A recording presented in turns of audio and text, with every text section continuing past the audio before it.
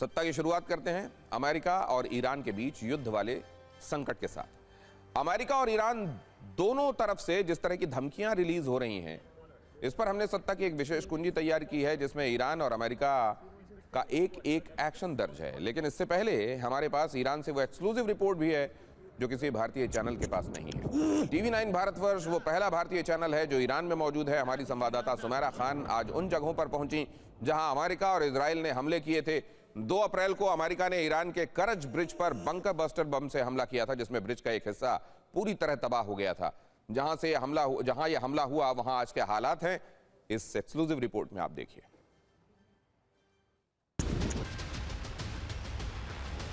हम यहाँ जहाँ मौजूद हैं इस वक्त, मेरे पीछे जिस ब्रिज को आप देख रहे हैं ये वो ब्रिज है जिसको आपने देखा उस वक्त तब जब अमेरिका ने यहाँ हमला किया था।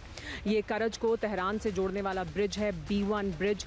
हम जहाँ खड़े हैं यहाँ से आप उस नुकसान को देख सकते हैं। तब जब यहाँ पर हमला किया गया था उस वक्त किस तरह का नुकसान हुआ था। ये जो पुल है उसका इनॉग्रेशन नहीं हुआ था, लेकिन इस पुल पर ट्रैफिक शुरू हो चुका था, यानी गाड़ियां इस पुल से गुजर रही थी। ये जो पुल है वो ख़ास इस वजह से भी है कि इसके नीचे से जो करज नहर है वो गुजरती है।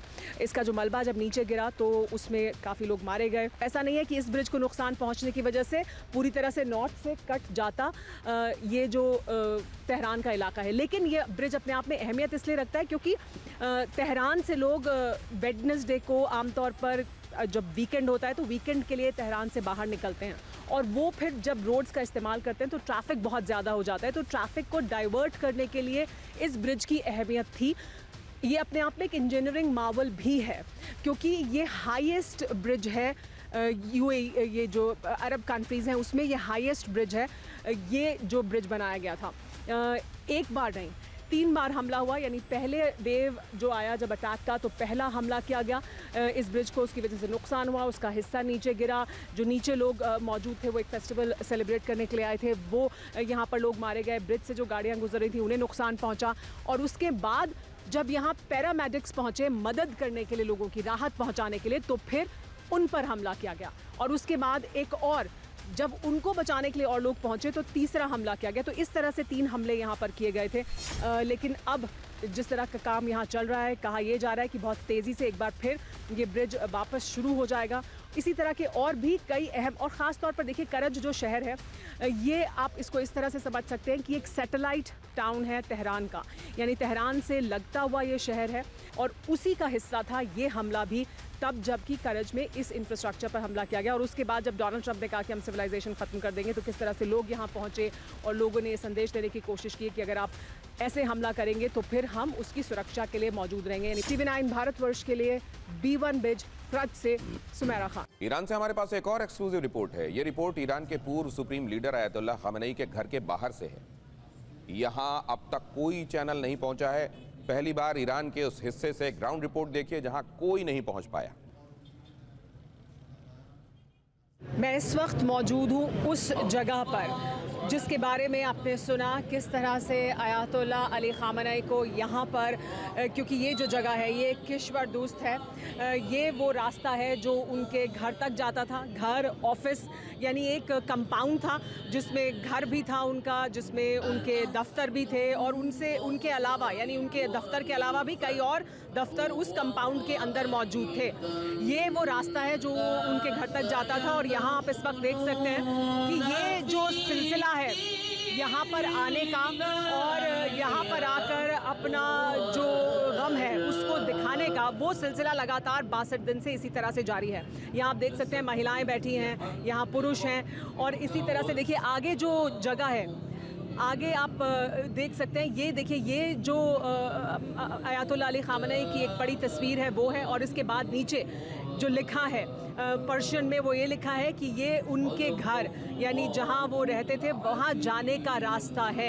ये रास्ता है जो वहाँ तक जाता है। लेकिन अब जो सामने मंच आप देख रहे हैं वहाँ उस मंच पर उनका जो वो ऊपर कोट पहनते थे वो और वो जो सर पर पगड़ी लेते थे वो रखी गई है एक सिंबल के तौर पर।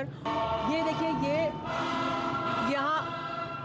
ये जो महिलाएं हैं उनके आप सरों पर एक ख़ास तरह का जो काफिया है वो भी देख रहे हैं। ये फिलिस्तीन वाला चेक है, यानी वाइट और ब्लैक चेक, जिस पे आयतुल्लाह मुश्तबा खामनई की तस्वीर है। यानी अब यहाँ पर आयतुल्लाह अली खामनई के लिए यहाँ लोग आए हैं, लेकिन साथ ही एक संदेश ये भी है कि अब जो लीडरशिप है वो मुश्तबा अली खामनई के हाथ में है।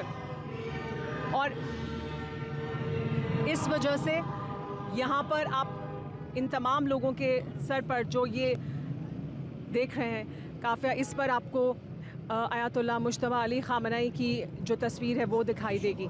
तो ये यहाँ आपको जो जगह है वो दिख रही है।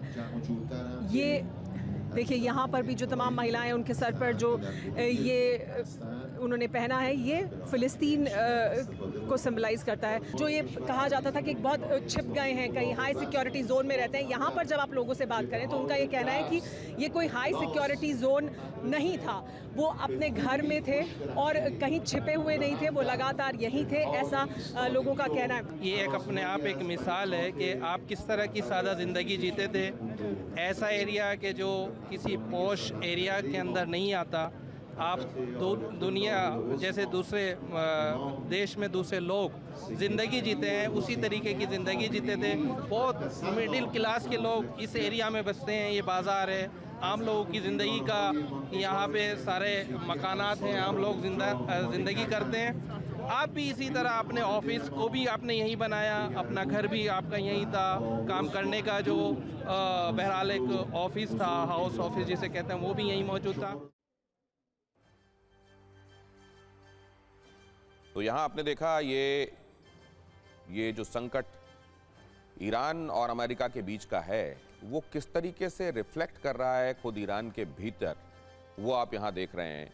इसमें आपने ये भी देखा, हमारी संवाददाता आपको अलग अलग जगहों से ये दिखा रही हैं कि कितना डिस्ट्रक्शन इस दौरान हुआ है और वहाँ के लोग इसको किस तरीके से ले रहे हैं, वहाँ के लोगों ने इस पूरे एपिसोड को कैसे देखा है और आज भी खामनेई उनके लिए हीरो हैं या नहीं। और अब बात ट्रंप के जंगी तेवरों की भी कर लेते हैं, जिन्होंने ईरान को बर्बाद करने की इस बीच धमकी दे दी है, क्योंकि ईरान ने अमेरिका को नया शांति प्रस्ताव भेजा था। उसे देखकर ट्रंप एक बार फिर भड़क गए। उन्होंने ईरान का शांति प्रस्ताव नामंजूर कर दिया था।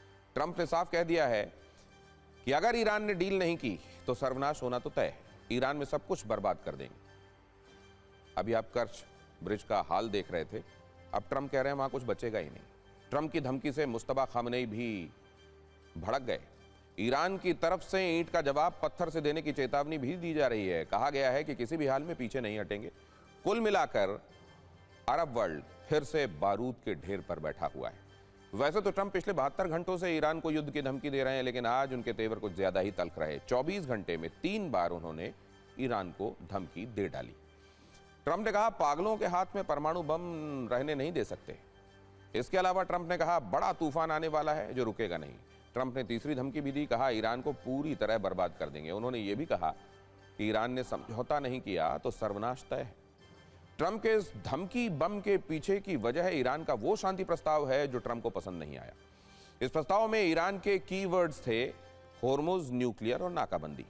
ईरान ने प्रस्ताव दिया कि अमेरिका सबसे पहले होर्मुज से नाकाबंदी हटाए, जिसके बाद होर्मुज स्ट्रेट को लेकर बातचीत संभव है।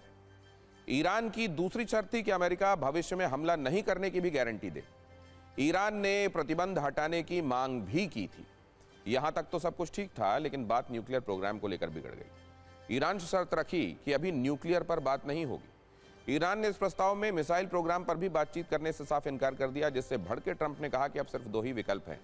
पहला, ईरान पर हमला करके उसे पूरी तरह से नष्ट कर दिया जाए, और दूसरा, अमेरिका ईरान की शर्तों पर झुक जाए। लेकिन ईरान के तेवर बता रहे हैं कि वो पीछे नहीं हटेगा, इसलिए युद्ध वाली टिक टिक अब ज्यादा तेजी से सुनाई देने लगी।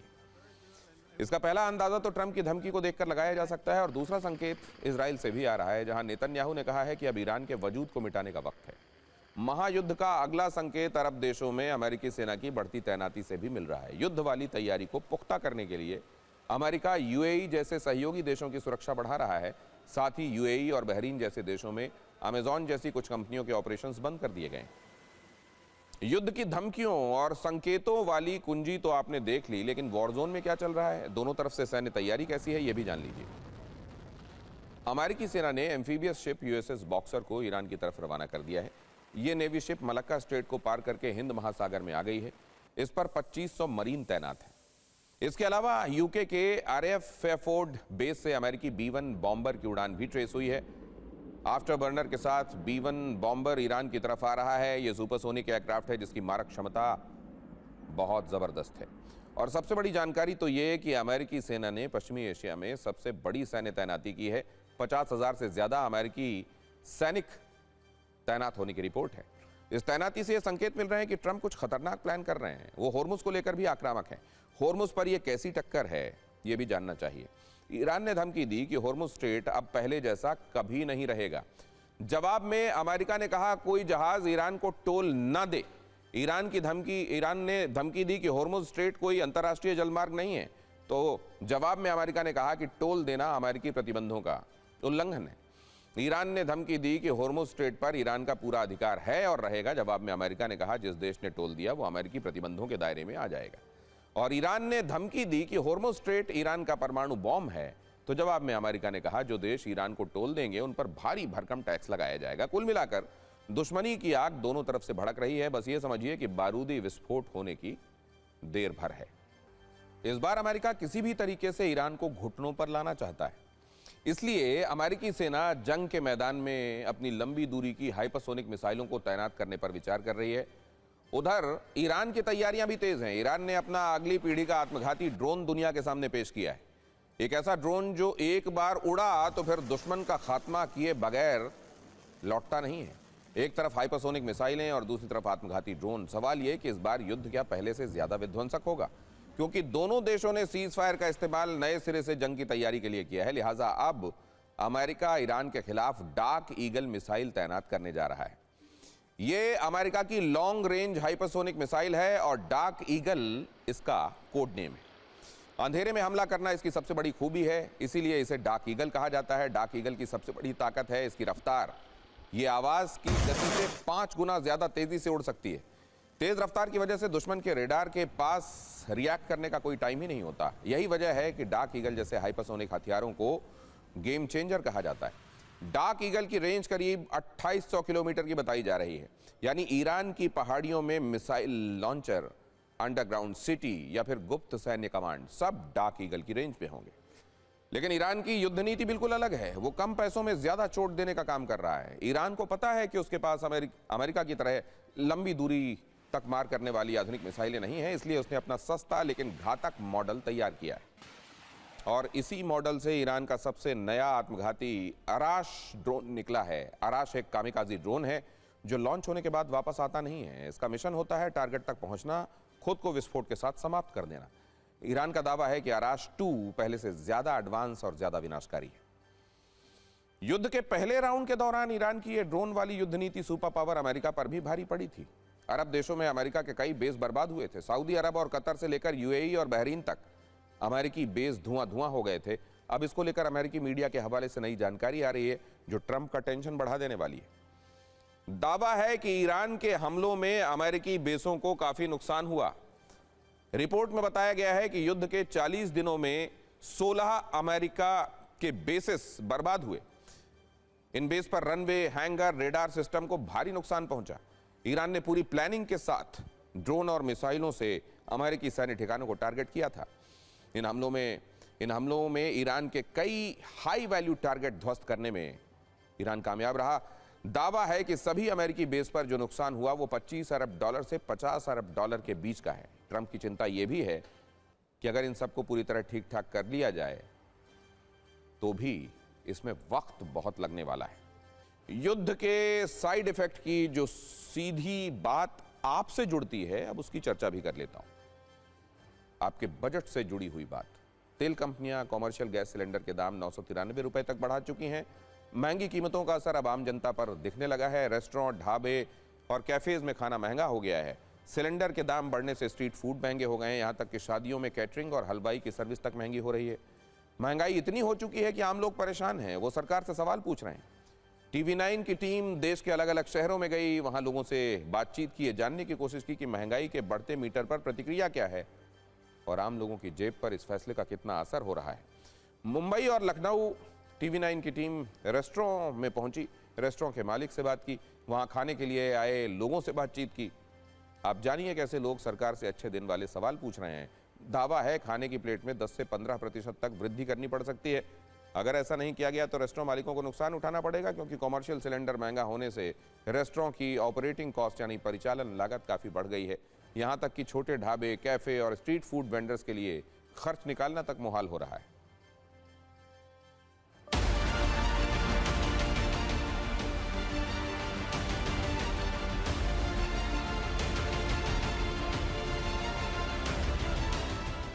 कमर्शियल गैस में इजाफा होगा तो जाहिर सी बात है ये मेनू कार्ड में भी बदलाव आएगा। जी हाँ, ये जो मेनू कार्ड इस वक्त जो आप प्राइस देख रहे हैं उसमें फ़र्क जो है वो पड़ते हुए दिखाई देगा, क्योंकि इसके दामों में इजाफा हो सकता है। ये जो मेनू है एटलीस्ट मिनिमम 10 to 15% इंक्रीज़ होगा।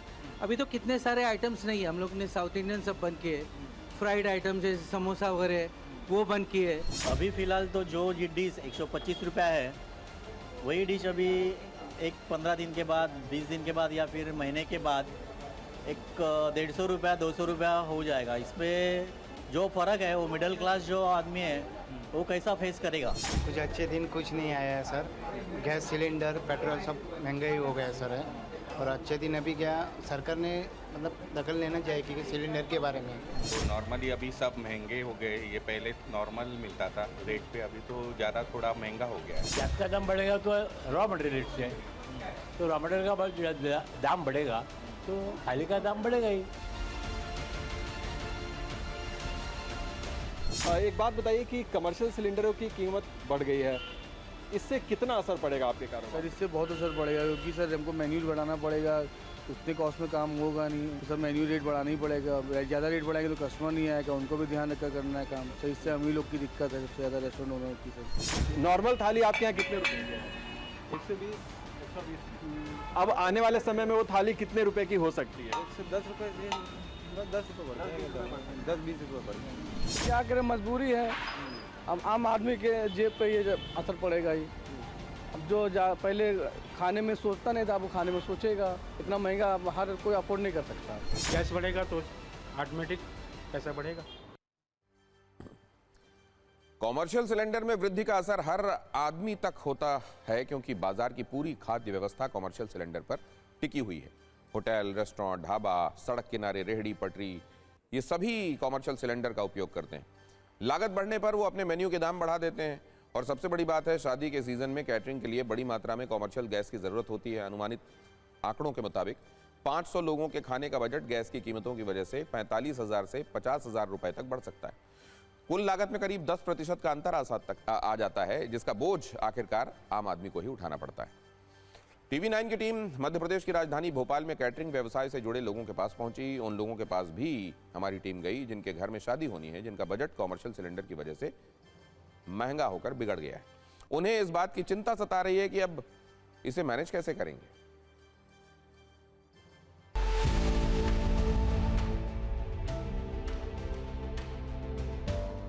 बीते एक वर्ष की अगर आप बात करें तो 1307 रुपए कमर्शियल सिलेंडर पर दाम बढ़ चुके हैं। अब इसका असर आपकी थाली पर भी देखने को मिलेगा, और विशेष तौर पर उन लोगों पर जिनके घर में शादियां हैं, जिन्होंने कैटर्स बुक कर दिए हैं, उन्होंने प्री बुकिंग करके रखी है, मान लीजिए 12 मई की, तो अब ये बढ़ा हुआ पैसा उन्हें देना होगा। बिल्कुल सर, आने वाले समय क्योंकि केटर्स की मजबूरी है इसमें।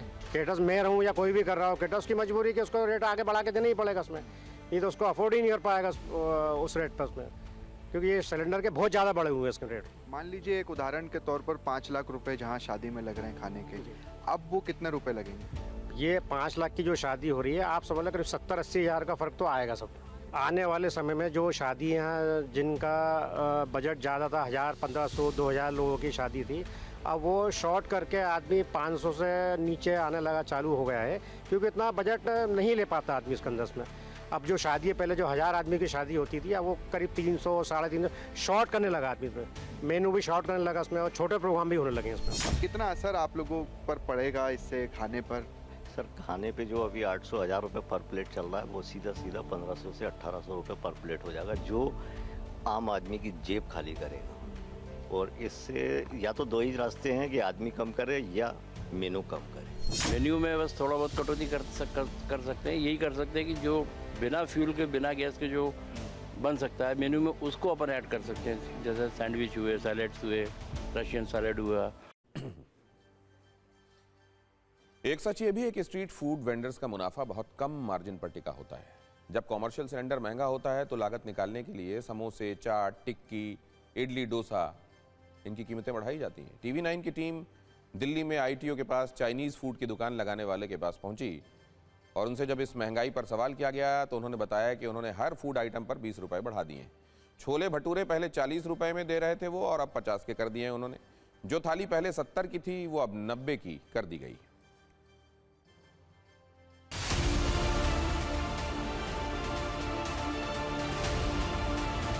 अब कितने बढ़ाने पड़ेंगे? अब कम से कम 20 रुपये बढ़ाने पड़ेंगे। कम से कम 20 रुपए, है ना? कम से तो अब ये जो मैं देख रही हूँ कि वेज चाउमीन 80 और 120 की जो 100 और 140 का हो जाएगा। ये 100 और 140 हो जाएगा। और बाकी चीज़ों की अगर मैं बात करूँ यहाँ पर 20 रुपये मान के चलें आप, हाँ। तो लगभग इतना तो इनकी हो ही जाएगा, तभी बात बनेगी, क्योंकि सर्वाइव नहीं कर पाएंगे, काम बंद छोड़ना पड़ेगा। हर चीज़ पर 20 रुपए अब बढ़ाएंगे जी। इससे स्टूडेंट पे यही असर पड़ेगा जो मतलब नहीं हो कर पाते अफोर्ड। अभी हमने तो कर लिया क्योंकि हम सारे मतलब आपस में मिलके कंट्रीब्यूट करके खा रहे हैं, लेकिन अगर कोई इंडिविजुअल है तो उस पर 100 रुपीज़ काफ़ी ज़्यादा हैवी फील करा सकते हैं उसे। पैसे बढ़ जाएंगे खाने पर तो फिर ज़्यादा ही पैसे लाने पड़ेंगे, करेंगे घर से, पॉकेट मनी बढ़ानी पड़ेगी। इनकम तो आजकल लोगों की कमी है लेकिन खर्चे ज़्यादा हो गए। अभी रेट फिलहाल जो किया गया है वो तो 3071 रुपये 50 पैसे हो गया है। तो इतना का सिलेंडर लेकर रेट यही रहेगा या कुछ बदलाव भी? नहीं, रेट यही रहेगा। रेट जो मैंने बढ़ाए हुए हैं, अब इससे ज़्यादा बढ़ा देंगे तो फिर कस्टमर ही टूट जाएगा। रोटी जब सिलेंडर नहीं मिल रहे थे ईजिली, तब 6 रुपये की रोटी में एक बेचता था, एक पीस। अब मैं ये रोटी मैंने 8 रुपये की एक कर रखी है। 2 रुपये मैंने रोटी पे बढ़ाए हैं। 2 रुपये आपने पर रोटी पर रोटी पे बढ़ा दिया है। पहले कितना होता था? 6 रुपये था और अब 8 रुपये है। इससे ज़्यादा नहीं बढ़ा सकते। इससे ज़्यादा बढ़ाने पे तो बिल्कुल मतलब मान के लो दुकान बंद ही करनी पड़ेगी। दुकान बंद कर, कस्टमर आएगा ही नहीं बिल्कुल। सामने ऑफिस वैसे ही सारे खाली हो चुके हैं। ये थाली आप पहले खाते थे तो कितने की मिलती थी? अच्छा, कितने की? 70 की। पहले 70 की थी और अब कितने की मिल रही है? 90 रुपये की। 90 रुपए की। चाय का रेट भी, आप चाय पीते होंगे, उसका रेट कितना मिल रहा है भैया? आपको कितना देना पड़ता है? अब 15 रुपये हो गया। और आइए अब राजनीति की चुनावी सत्ता की बात करते हैं, जहां नतीजों का काउंटडाउन शुरू हो गया है और अब से करीब 40 घंटे के बाद सत्ता की तस्वीर भी साफ हो जाएगी। लेकिन उससे पहले आज शनिवार को छुट्टी के दिन भी बंगाल से लेकर दिल्ली तक काफी एक्शन रहा। दिल्ली में सुप्रीम कोर्ट में दोबानी एक्शन था। टीएमसी और चुनाव आयोग के वकीलों के बीच दलीलों का एनकाउंटर हुआ।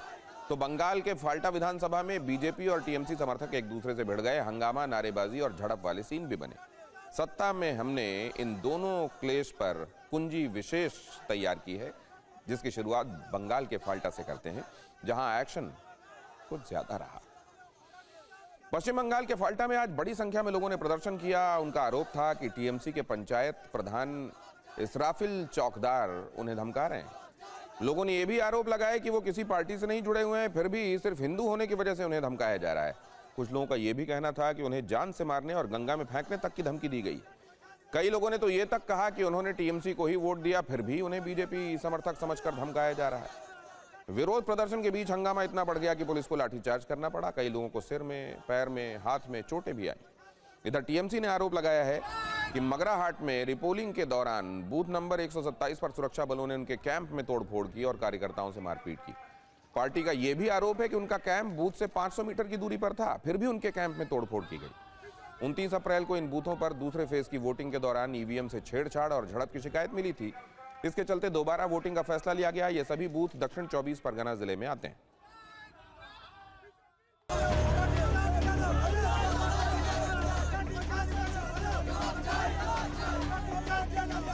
इस वक्त मैं हूँ हाशिम नगर में, जो कि फाल्टा के अंदर आता है, और यहाँ पे लोगों के गुस्सा सामने आया है। जानने की कोशिश करते हैं यहाँ पे क्या हुआ है, क्या हुआ यहाँ पे, क्यों भीड़ है यहाँ पर। जो 2 दिन में ऐसा हो रहा है, इलेक्शन के बाद में वो जो टीएमसी का आदमी है वो आके घर घर में जाकर घेर दे रहा है, मार देगा, काट देगा, ऐसा ऐसा सब बोल रहा है। वो टीएमसी का आदमी है इसराफिल चौकदार, वो आके मार रहा है। वो अकेला आता है, उसका साथ 20 गुंडा लेके आता है, लेके वो सबका घर में घुसकर मारता है। हम भी टीएमसी पार्टी करता है, फिर भी मेरा घर का आदमी को मारा है। क्यों मारा है?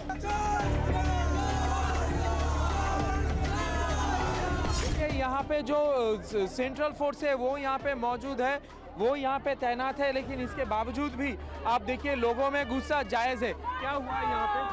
इधर जो वोट हुआ है, जो आदमी बीजेपी को वोट दिया है उनसे घर पे घुस के मार रहा है।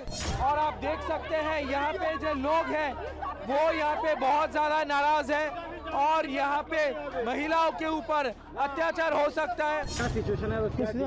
अभी कंट्रोल्ड है। इन लोगों का कुछ स्पेसिफिक डिमांड है। हम लोगों ने कुछ इंटिमिडेशन का इशू है, उसके ऊपर केस भी हुआ है। अभी जो डिमांड है हम लोगों ने सुना है, तो ये इशू है, तो देखते हैं बाद में क्या है। ठीक है।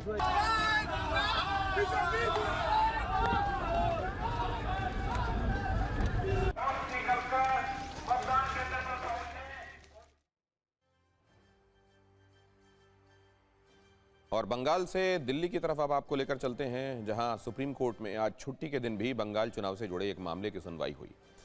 मामला यह है कि सुप्रीम कोर्ट ने काउंटिंग सेंटर्स पर केंद्रीय और पीएसयू कर्मचारियों की तैनाती के खिलाफ टीएमसी की आपत्ति को मानने से इनकार कर दिया। कोर्ट ने कहा कि चुनाव आयोग जो कर रहा है उसमें दखल देने की जरूरत नहीं है। दरअसल ये मामला 13 अप्रैल को जारी चुनाव आयोग के एक सर्कुलर से शुरू हुआ था। चुनाव आयोग ने एक सर्कुलर जारी किया था जिसमें कहा गया था कि मतगणना के लिए कम से कम एक केंद्र सरकार के कर्मचारी पीएसयू के कर्मचारी को तैनात किया जा सकता है। हर एक काउंटर पर मतगणना पर्यवेक्षक और मतगणना सहायक में से कम एक केंद्र सरकार और केंद्रीय सार्वजनिक क्षेत्र के उपक्रम का कर्मचारी होना चाहिए। मतगणना कर्मियों का चयन अनुमोदित मतदान कर्मियों के डेटाबेस से रैंडमाइजेशन प्रक्रिया द्वारा किया जाएगा। मतगणना कर्मियों की सूची प्रकाशित करते समय उनके मोबाइल नंबरों का खुलासा नहीं किया जाएगा। मतदाता पर्यवेक्षक और असिस्टेंट की नियुक्ति के लिए किसी एक सोर्स पर निर्भर रहने की बाध्यता नहीं रहेगी। टीएमसी ने 30 अप्रैल को कलकत्ता हाई कोर्ट में इस सर्कुलर को चुनौती दी, जिसे कोर्ट ने खारिज कर दिया, जिसके बाद आज ये मामला सुप्रीम कोर्ट पहुंचा था और यहां फिर ये कहा गया कि चुनाव आयोग जो कर रहा है वो ठीक कर रहा है। सुप्रीम कोर्ट में टीएमसी के वकील कपिल सिब्बल ने कहा कि 13 अप्रैल को जिला चुनाव अधिकारियों को नोटिस जारी किया गया, लेकिन उन्हें इसकी जानकारी 29 अप्रैल को मिली। पहले से ही हर एक टेबल पर केंद्र सरकार का एक अधिकारी मौजूद है। ऐसे में सवाल है कि फिर एक और केंद्रीय अधिकारी की जरूरत क्यों पड़ रही है। सर्कुलर में यह भी लिखा है कि एक राज्य सरकार का अधिकारी भी होना चाहिए, लेकिन इसके बावजूद राज्य सरकार के प्रतिनिधि को नियुक्त नहीं किया जा रहा है। इस पर चुनाव आयोग के वकील डीएस नायडू ने कहा कि सर्कुलर में स्पष्ट रूप से कहा गया है कि केंद्रीय और राज्य सरकार के कर्मचारी संयुक्त रूप से काम करेंगे। निर्वाचन अधिकारी राज्य सरकार का कर्मचारी होता है और उसे सरकारी कर्मचारियों के किसी भी समूह से कर्मियों को तैनात करने का पूर्ण अधिकार प्राप्त है। तृणमूल कांग्रेस की किसी भी प्रकार की गड़बड़ी की आशंका निराधार है। जो भी सर्कुलर में कहा गया है उसका पालन किया जाएगा। जस्टिस पीएस नरसिम्हा और जॉय मौल्या बागची इस मामले की सुनवाई कर रहे थे। याचिका को सुनने के बाद उन्होंने कहा कि निर्वाचन आयोग को मतगणना कर्मियों के चयन का अधिकार है। 13 अप्रैल के सर्कुलर को गलत नहीं ठहराया जा सकता। अदालत ने यह भी कहा कि आयोग चाहे तो केंद्र सरकार के कर्मचारियों को भी नियुक्त कर सकती है। यह मानना सही नहीं है कि राज्य सरकार और केंद्र सरकार के कर्मचारी अलग अलग तरह के होते हैं। दोनों ही सरकारी कर्मचारी हैं। सुप्रीम कोर्ट ने टीएमसी की याचिका को खारिज तो नहीं किया, लेकिन याचिका पर किसी तरह का आदेश भी नहीं दिया। हालांकि यह जरूर कहा कि अगर टीएमसी सर्कुलर का पालन ही चाहती है तो उसे कोर्ट आने की जरूरत नहीं थी। कुल मिलाकर पश्चिम बंगाल में मतगणना के दौरान केंद्र और पीएसयू कर्मचारियों की तैनाती में कुछ भी अवैध नहीं है। अब 4 मई की मतगणना चुनाव आयोग की व्यवस्था के तहत होगी, कोई बदलाव नहीं होगा।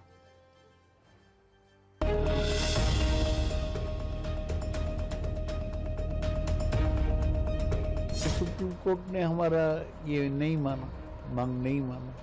हमारे वकील बोला कि अगर फेयर होना है काउंटिंग तो सब मिला के करना चाहिए, लेकिन सुप्रीम कोर्ट नहीं माना। हम क्या करेंगे, इसको मान लेना पड़ेगा। पश्चिम बंगाल की जनता ने ममता जी को खारिज कर दिया, इस सरकार को उखाड़ कर फेंक दिया। तृणमूल कांग्रेस नाम का जो पॉलिटिकल पार्टी है, ये पॉलिटिकल पार्टी है या दूसरा कुछ है, ये लेकर तो हर यूनिवर्सिटी में पीएचडी होगा। और हूटर ने इस बात का इशारा कर दिया कि सत्ता में आज का टाइम समाप्त हो रहा है। कल शाम 7 बजे आपसे फिर मुलाकात होगी। इस वादे के साथ सभी न्यूज मित्रों से अपील की वो सत्ता की न्यूज रील्स को ज्यादा से ज्यादा शेयर करें। नमस्कार।